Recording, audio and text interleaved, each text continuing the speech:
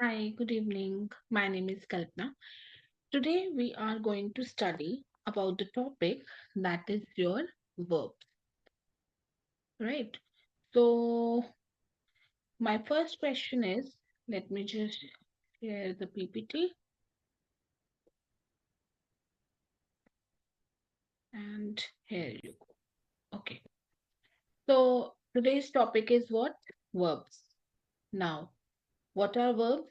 We have already studied in the last class that verbs are action doing words, something that requires actions. In today's topic, we are going to study about types of verbs, and this is one of the parts of speech, right? So, types of verbs.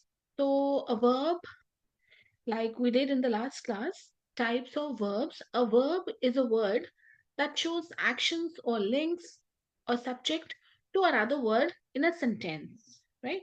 For example, I am studying the book, right?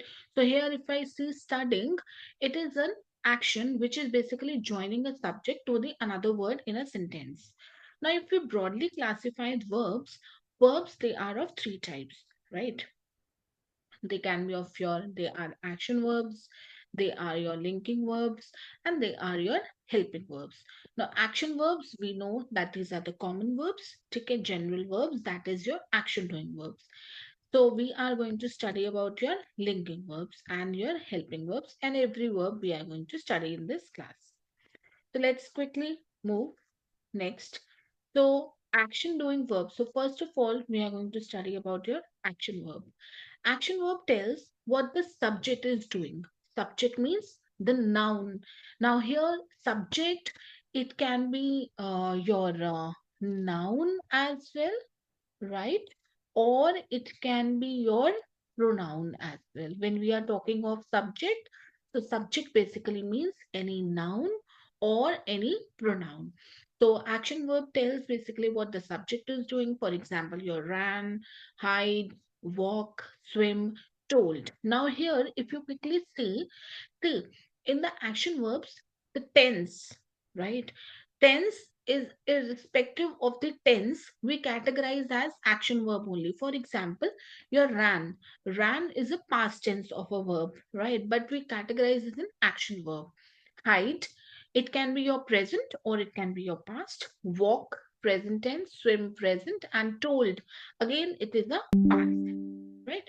So past tense, so irrespective of the tenses, right? Whatever we are doing, irrespective of the tenses, we can categorize them as what your verbs. These all are comes under the category of your action doing words. Now let's come to your next. Next is what? Linking verb. Now, as the name suggests, linking verb. So, um, what does linking basically means? Linking means joining, right? It is basically joining which connects or links a subject to a noun or an adjective in the predicate, right? Again, let's repeat, let's understand this. Linking verb, it basically connects the subject to a noun or an adjective in the predicate. See, you know parts of sentences that we have studied in many classes. What is the subject and what is the predicate? Let's quickly have this sentence. For example, if I have a sentence like your Mark is a football player. Now, if you clearly have a see over here, subject is what? Noun or pronoun. And the rest part of the sentence is always categorized as your predicate. So if you look at this, subject, Mark is the subject, is a football player, is a predicate, right? So if I see, this is what the definition is basically talking about. So linking verbs means there has to be, they are basically just connecting. These are the connecting words which connects the subject to the predicate of the noun. Okay? Why? Because see, in the predicate, there can be either your noun or you can come across many sentences in the predicate we can have your adjective also. For example, she has a red car. Okay, let me just write over here another sentence. For example, she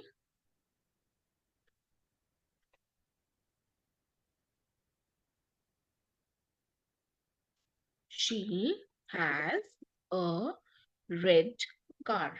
Okay, now if we look at this sentence, she has a red car. Now, if I quickly look over here,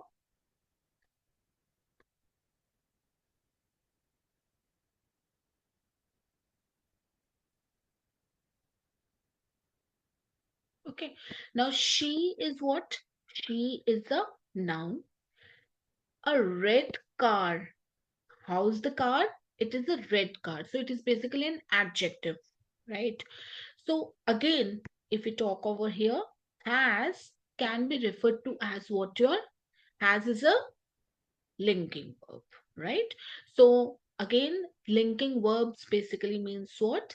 Linking, joining the subject of a noun to the noun or adjective of a predicate, and these are some of the common linking verbs which I would suggest, if you it's pretty good if you can learn these, is are, was, were, being, been, am. These are some of the common linking words. If you memorize it is better. It will help you to identify the linking verbs more quickly, right? Okay, so now let's go to the third type of your verb, that is your verbs, linking verbs.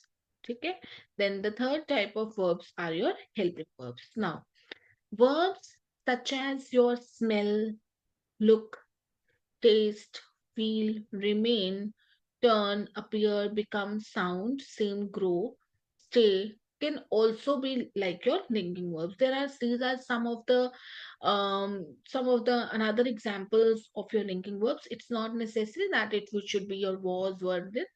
Taste, feel, become, appear, sound.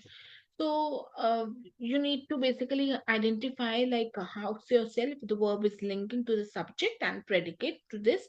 That means it is a linking verb. Then the last type of the verb, that is what we are going to study today, is your helping verb. Helping verbs, as the name suggests, again, it helps the verbs. In what sentence? It helps the verbs to express the tense and the voice, right? Again, I repeat, it helps the main verb to express the tense and the voice. Helping verbs need an action verb with them. So, for example, Susie will go to the store.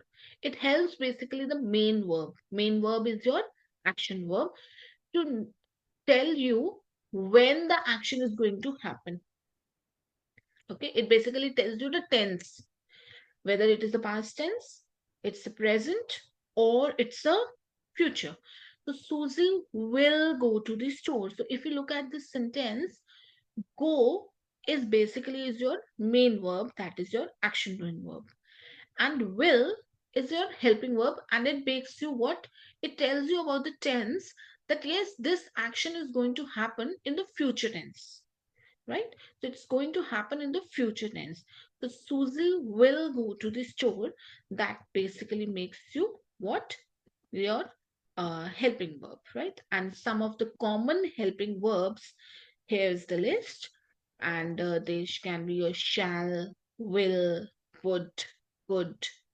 So can you see these include basically your modals also, right? Shall, will, should, would, could, must, might.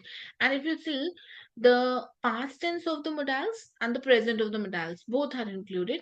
Can, can becomes your could, may becomes your might, must, had, has, do, did, is, am, are, wing, ween. So all these are some of the common helping verbs, right? So with this and again, how do you come to know that whether it's an helping verb or a linking verb?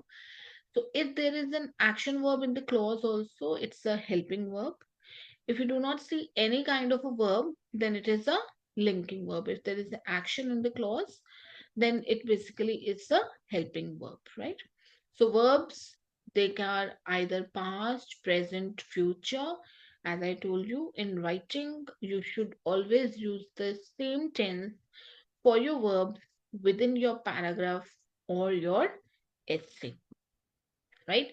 So with this, we come to the end of the class where we basically studied about your three types of verbs, that is your action doing verbs, linking verbs, and your helping verbs. Again, I repeat, action doing verbs are the verbs, these are the main verbs: walk, told, ran, swim, jog.